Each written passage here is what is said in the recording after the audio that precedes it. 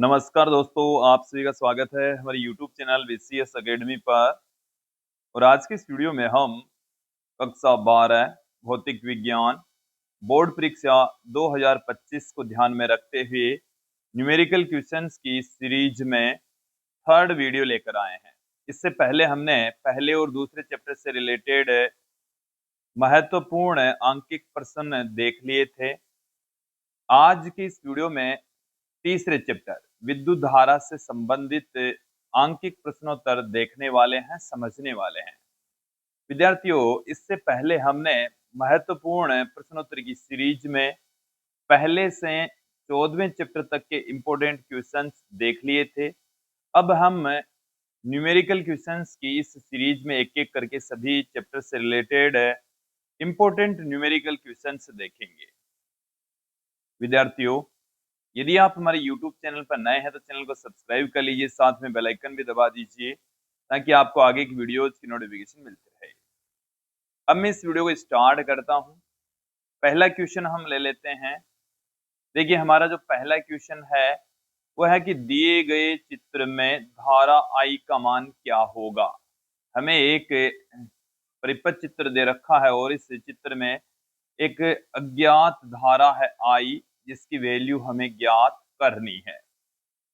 देखिए, हम यहाँ पर संधि ले रहे हैं N1, तो यहाँ पर दो धाराएं आ रही है। एक धारा इससे बाहर निकल रही है। बाहर निकलने वाली धारा को मैं नाम दे देता हूं N1, I1। तो N1 पर हम सबसे पहले I1 की वैल्यू ज्ञात करेंगे। तो संधि बिंदु से दूर जाने वाली धाराओं का योग संधि पर आने वाली धाराओं के योग के बराबर है। I1 की वैल्यू हमारे पास में आ जाएगी 1.9 एम्पियर। क्लियर। अब मैं दूसरा संधि बिंदु ले लेता हूं N2। तो N2 के ऊपर धारा तो आ रही है I1 और दूर जा रही है। इस धारा को नाम दे देते, इस धारा का नाम वैल्यू तो है 0.8 और यहां से जो धारा जा रही है उसको मैं नाम दे देता हूं I2। क्लियर। तो अब हम बात करेंगे N2 पर। तो N2 के ऊपर आने वाली धारा तो है I1, जिसकी वैल्यू है 1.9 एम्पियर। इससे दूर जाने वाली धाराएं हैं 0.8 प्लस I2। तो यहां से हमारे पास में I2 की वैल्यू बाहर निकल जाएगी 1.9 माइनस 0.8, 1.1 एम्पियर। बात करते हैं N3 पर। तो N3 पर I2 आ रही है। I और 0.1 एम्पियर धारा बाहर निकल रही है। तो N3 के ऊपर आ तो रही है I2, जो कि 1.1 एम्पियर है।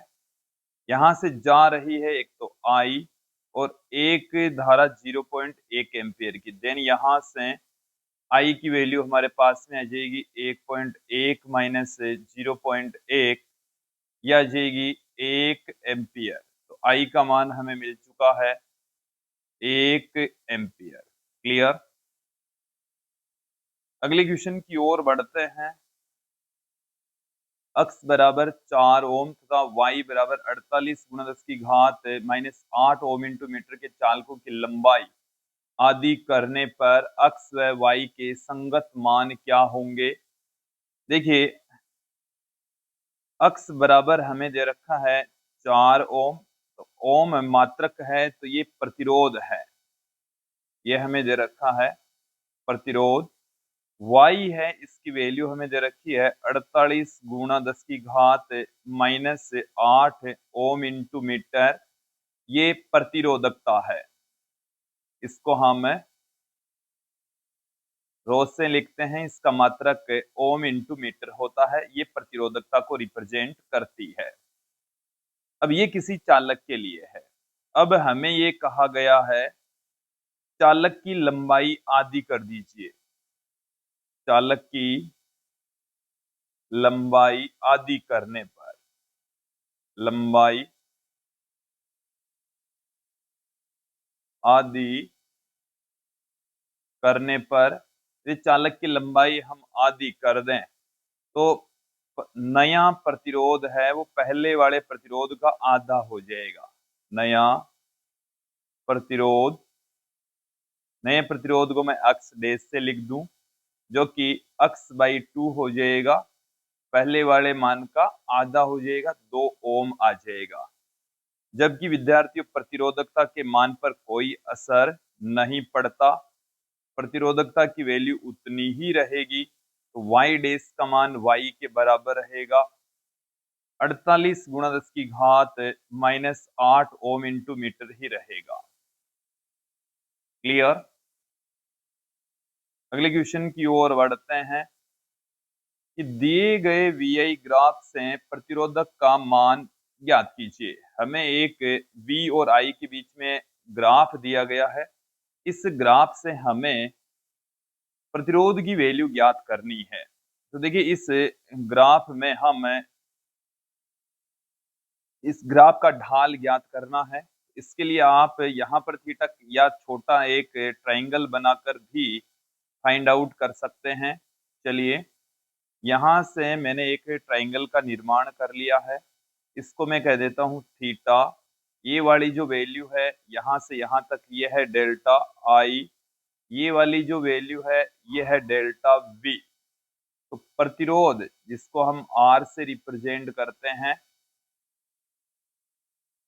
आर से प्रदर्शित करते हैं, जो कि वोल्टता में परिवर्तन तथा धारा में परिवर्तन के अनुपात के बराबर होता है। तो वोल्टता में परिवर्तन डेल्टा वी आप यहाँ पर देखें 6-4, डेल्टा आई का मान हो जाएगा 0.3 -0.2, ये हमारे पास में आ जाएगा 2/3 में से 2 निकालेंगे तो 0.1, पॉइंट हटाएंगे तो ये आ जाएगा 20 ओम।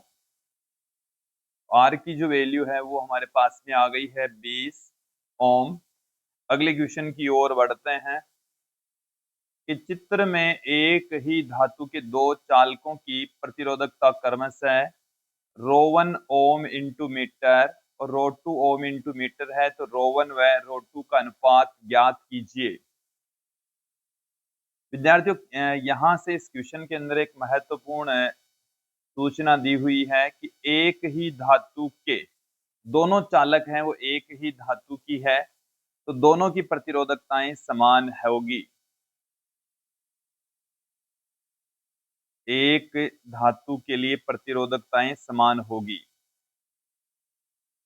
एक धातु के लिए प्रतिरोधकता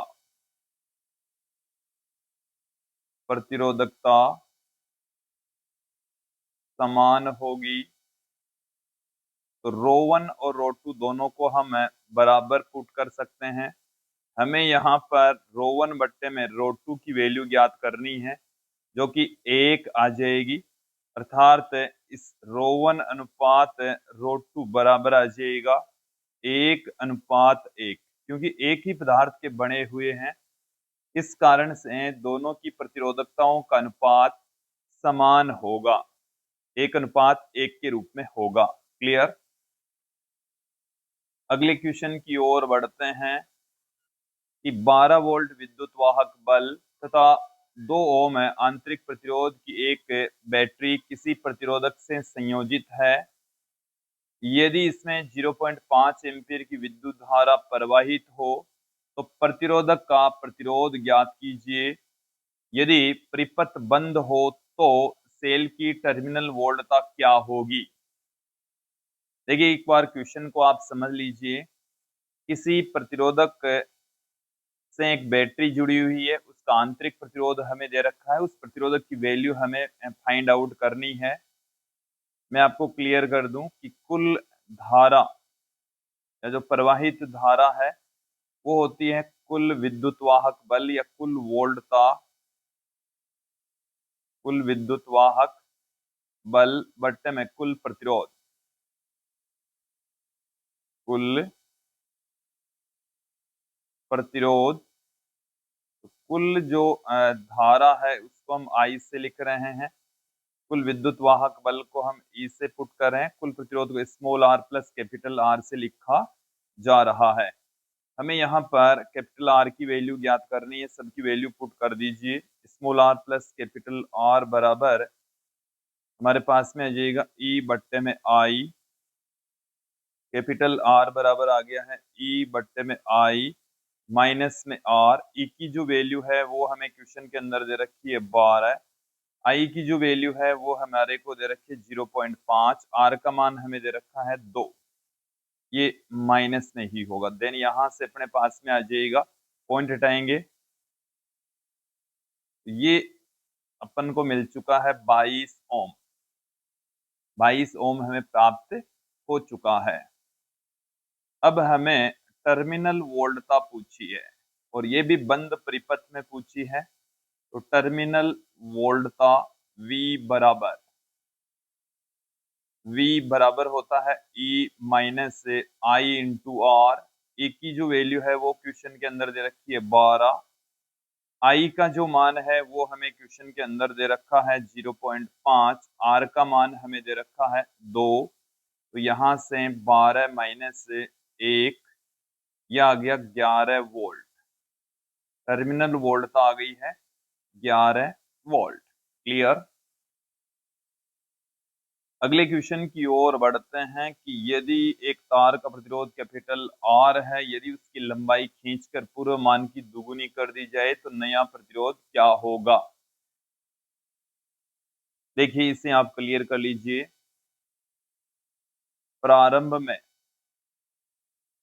प्रारंभ में तार का प्रतिरोध कितना होगा, तार का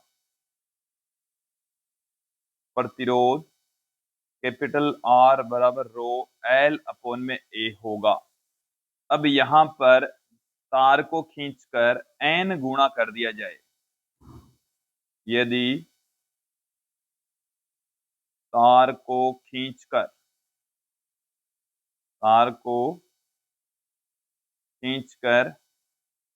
एन गुणा कर दिया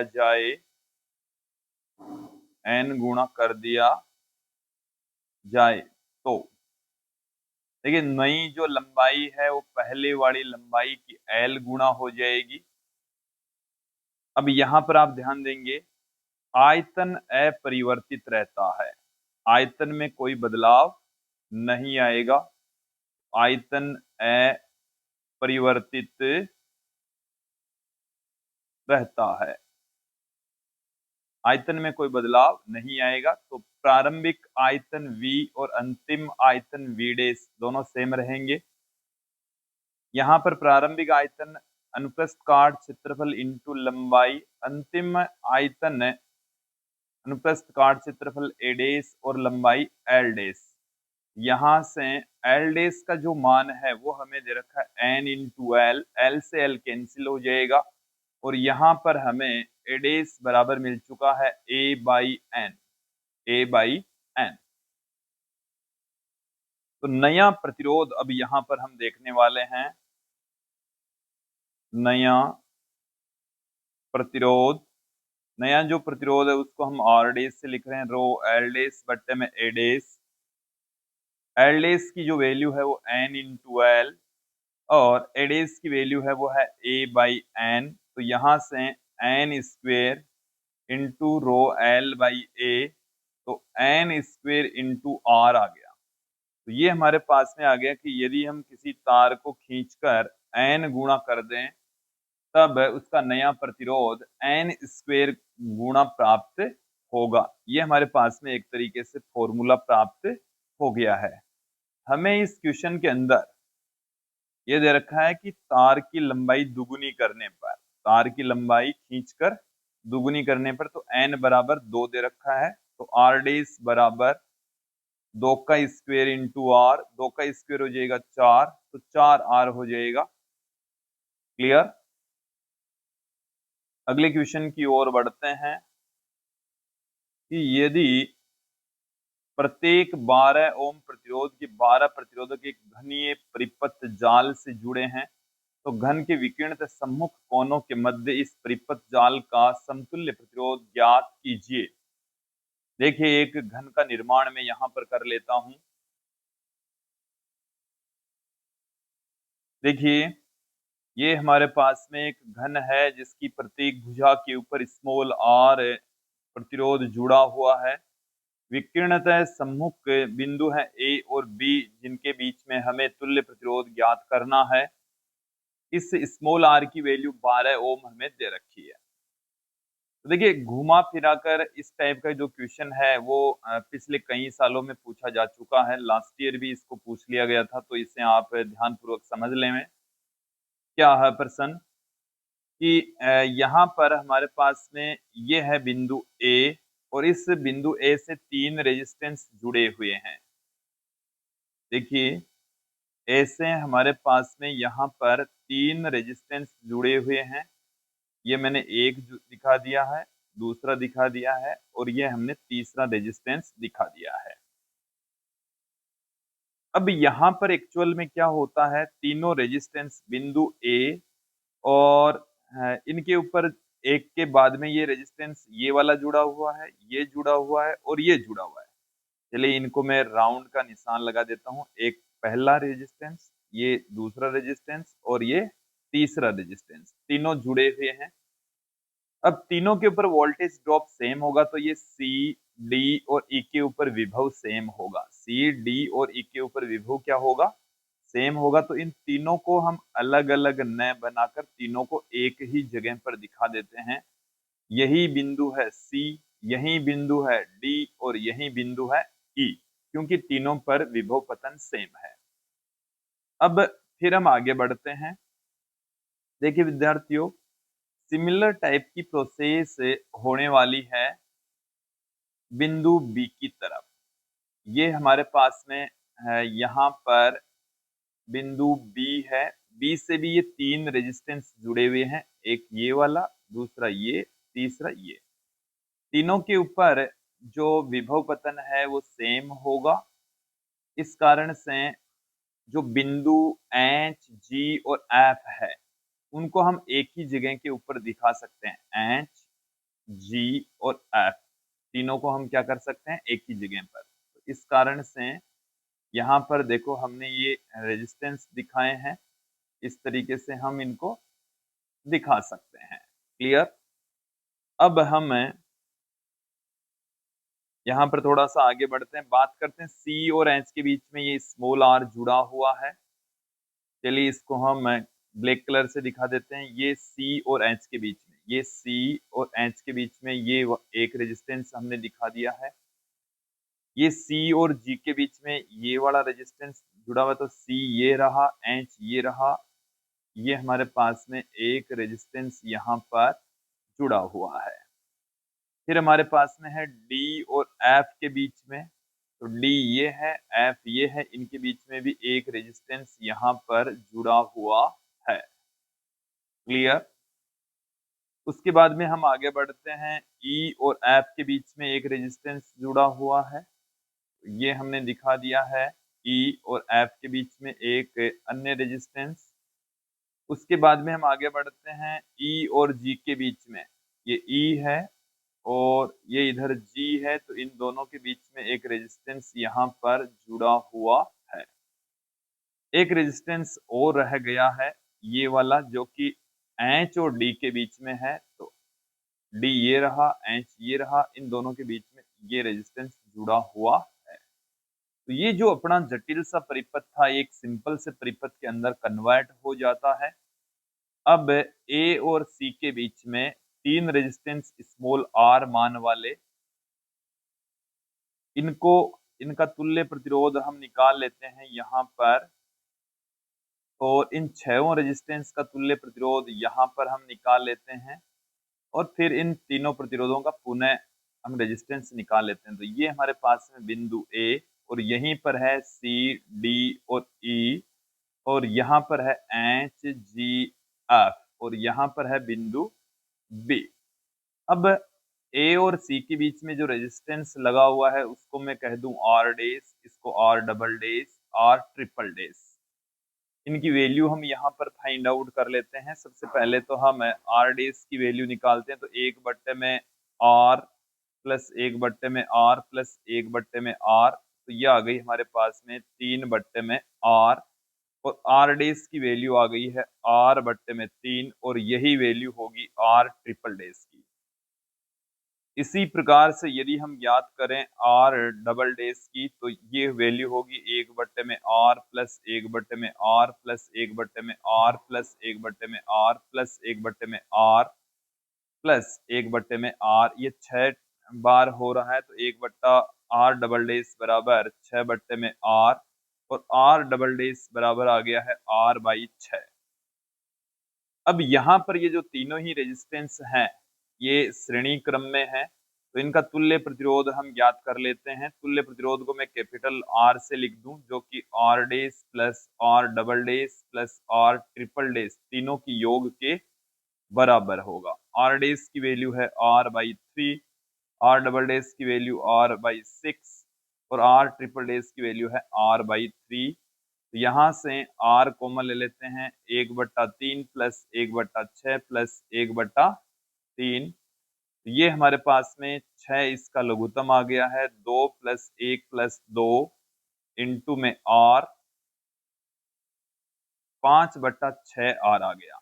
हमें इस R की वैल्यू इस क्वेश्चन के अंदर 12 ओम दे रखी है, यहाँ से हम इसका फाइनल रिजल्ट प्राप्त कर सकते हैं। तो 10 ओम आ जाएगा हमारे पास में, जो आंसर आएगा वो क्या आएगा, 10 ओम। क्लियर। अगले क्वेश्चन की ओर बढ़ते हैं। इस चित्र में एक, यदि व्हीटस्टोन सेतु संतुलन की अवस्था में है तो अज्ञात प्रतिरोध कैपिटल R का मान ज्ञात कीजिए। देखिए, यदि कोई व्हीटस्टोन सेतु संतुलन की स्थिति में होता है तो देखो, इन रेजिस्टेंस को मैं नाम दे देता हूं। इसको नाम देता हूं मैं R1, इसे मैं नाम दे देता हूं R2, और इन दोनों का जो तुल्य प्रतिरोध है इसको मैं नाम दे रहा हूं R3 और इसे मैं नाम दे रहा हूं R4। तो संतुलन की स्थिति के अंदर क्या होता है, संतुलन की स्थिति में R1/R2 बराबर होता है R3/R4। तो R3 की वैल्यू यहां से हम ज्ञात कर लेते हैं। R1 का जो मान है वो हमें दे रखा है 20, R2 का मान 10, R3 का जो मान है वो हमें ज्ञात करना है, R4 का जो मान है वो 1। तो R3 यहां से हमारे पास में निकल कर आ गया है 2 ओम। 2 ओम। क्लियर। अब R3 हमें मिल चुका है, जबकि R की वैल्यू हमें यहाँ पर ज्ञात करनी है। तो इस वाली भुजा AD पर, भुजा AD पर तुल्य प्रतिरोध है R3, तो 1/R3 बराबर आ गया है 1/R प्लस 1/6। R3 का मान है 2, तो 1/2 बराबर 1/R प्लस 1/6। तो 1/R बराबर 1/2 माइनस 1/6 आ जाएगा। यहाँ से 6 लघुत्तम आ जाएगा, 3 माइनस 1, 2/6, 1/3 और R बराबर आ गया है 3 ओम। क्लियर। तो R का जो मान है वो 3 ओम होगा। अगले क्वेश्चन की ओर बढ़ते हैं। एक चालक में 3.2 एम्पीयर की धारा प्रवाहित हो रही है, तो प्रति सेकंड प्रवाहित इलेक्ट्रॉनों की संख्या ज्ञात कीजिए। I का मान हमें इस क्वेश्चन के अंदर दे रखा है 3.2 एम्पीयर। प्रति सेकंड प्रवाहित इलेक्ट्रॉनों की संख्या हमें यहाँ पर पूछी है। हम देखिए, I बराबर जानते हैं Q/T, और Q की जगह हम जानते हैं N × T। हमें इस N की वैल्यू ही ज्ञात करनी है, number of electrons he find out करना है, हमें N/T ज्ञात करना है। तो N/T बराबर आ जाएगा I/E। I का जो मान है वो 3.2, E का मान हम जानते हैं 1.6 गुणा 10 की घात -19। ये इससे 2 बार में कट जाएगा, 10 की घात -19 बट्टे के ऊपर जाएगी तो प्लस में 19 इलेक्ट्रॉन पर सेकेंड। कितने इलेक्ट्रॉन प्रति सेकंड प्रवाहित होंगे। क्लियर। अगले क्वेश्चन की ओर बढ़ते हैं कि एक चालक तार से 0.5 एम्पीयर धारा प्रवाहित हो रही है, जिसका अनुप्रस्थ काट क्षेत्रफल 10 की घात -6 मीटर स्क्वायर हो, तो धारा घनत्व का मान ज्ञात कीजिए। हमें इस क्वेश्चन के अंदर I का जो मान है वो 0.5 एम्पियर दे रखा है। इस चालक का जो अनुप्रस्थ काट क्षेत्रफल है वो 10 की घात -6 मीटर स्क्वायर दे रखा है। हमें यहाँ पर धारा घनत्व पूछा है। धारा घनत्व J बराबर होता है I अपॉन में A। I की जो वैल्यू है वो है 0.5, A की वैल्यू है 10 की घात -6। यहाँ से 0.5 10 की घात -6 बट्टे से ऊपर जाएगी तो प्लस में 6 हो जाएगी, जिससे हम इस तरीके से भी पुट कर सकते हैं। 5 गुणा 10 की घात 5 एम्पियर प्रति मीटर स्क्वायर। क्लियर। अगले क्वेश्चन की ओर बढ़ते हैं कि दिए गए परिपथ में अक्ष y के मध्य परिणामी प्रतिरोध का मान लिखिए यदि कुंजी खुली हो कुंजी बंद हो। देखिए अक्ष और y के बीच में हमें परिणामी रेजिस्टेंस फाइंड आउट करना है। कुंजी के खुली हो तब ये दोनों 4 ओम और 6 ओम ये श्रेणी क्रम में और 3 ओम और 12 ओम श्रेणी क्रम में होंगे, और फिर उसके हिसाब से तुल्य प्रतिरोध ज्ञात करना पड़ेगा। तो देखिए पहला जो पार्ट है कुंजी खुली हो, कुंजी खुली हो, तो कुंजी खुली होगी तब यहाँ पर आप ध्यान देंगे, इसको मैं नाम दे देता हूँ R1, इसे नाम दे देता हूँ मैं R2, इसे हम नाम दे रहे हैं R3, इसे हम नाम दे रहे हैं R4। तो R1 और R2 का तुल्य प्रतिरोध जिसको हम R डैश से लिख दें, जो कि इन दोनों रेजिस्टेंस के योग के बराबर होगा, 10 ओम होगा। इसी प्रकार से R डबल डैश R3 और R4 दोनों के योग के बराबर होगा, 3 + 12 15 ओम होगा। इसके पश्चात R डैश और R डबल डैश दोनों ही समांतर क्रम में हो जाएंगे, तो 1/R बराबर 1/R dash plus 1/R double dash बराबर 1/10 प्लस 1/15।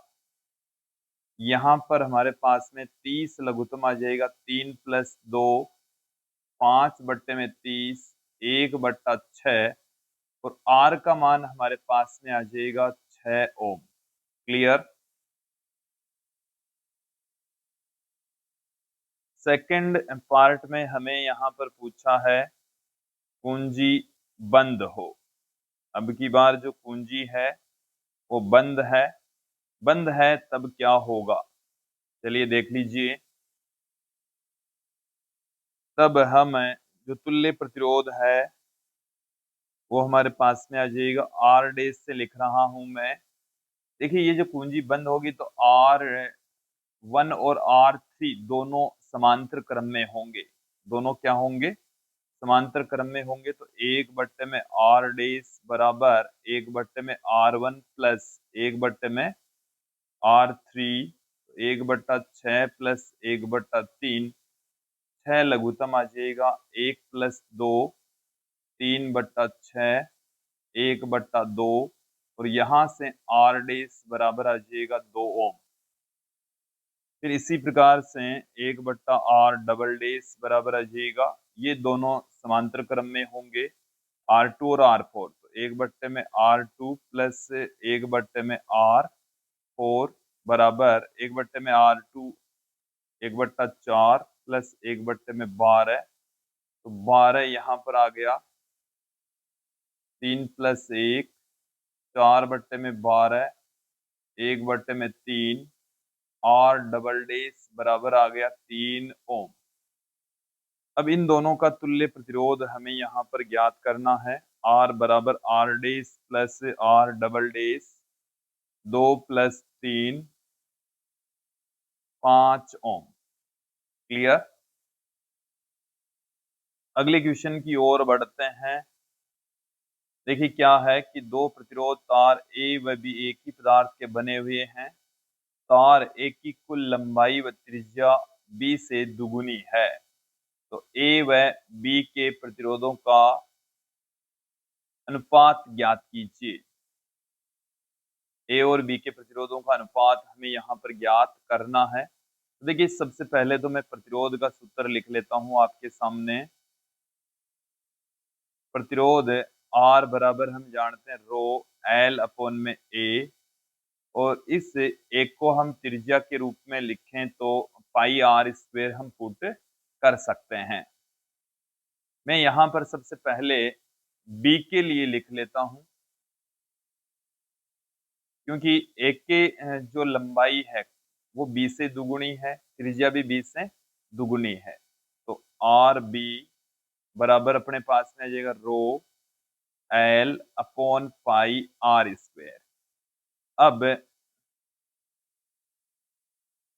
आर ए आप देखें, आर ए के अंदर rho L A upon pi R A का स्क्वायर। ये जो एल ए है लंबाई है, ये बी की लंबाई से दुगुनी है, और त्रिज्या है ए की, वो बी वाली त्रिज्या से दुगुनी है, तो 2r होगी। तो चलिए वैल्यू पुट कर देते हैं। रो एल ए का मान है 2l, आर ए का मान है 2r, तो 2r का स्क्वायर हो जाएगा। यहां से रो 2l बट्टे में पाई 4r स्क्वायर, तो 1/2 rho L by pi R square आ जाएगा। तो जिससे हम आर बी लिख सकते हैं।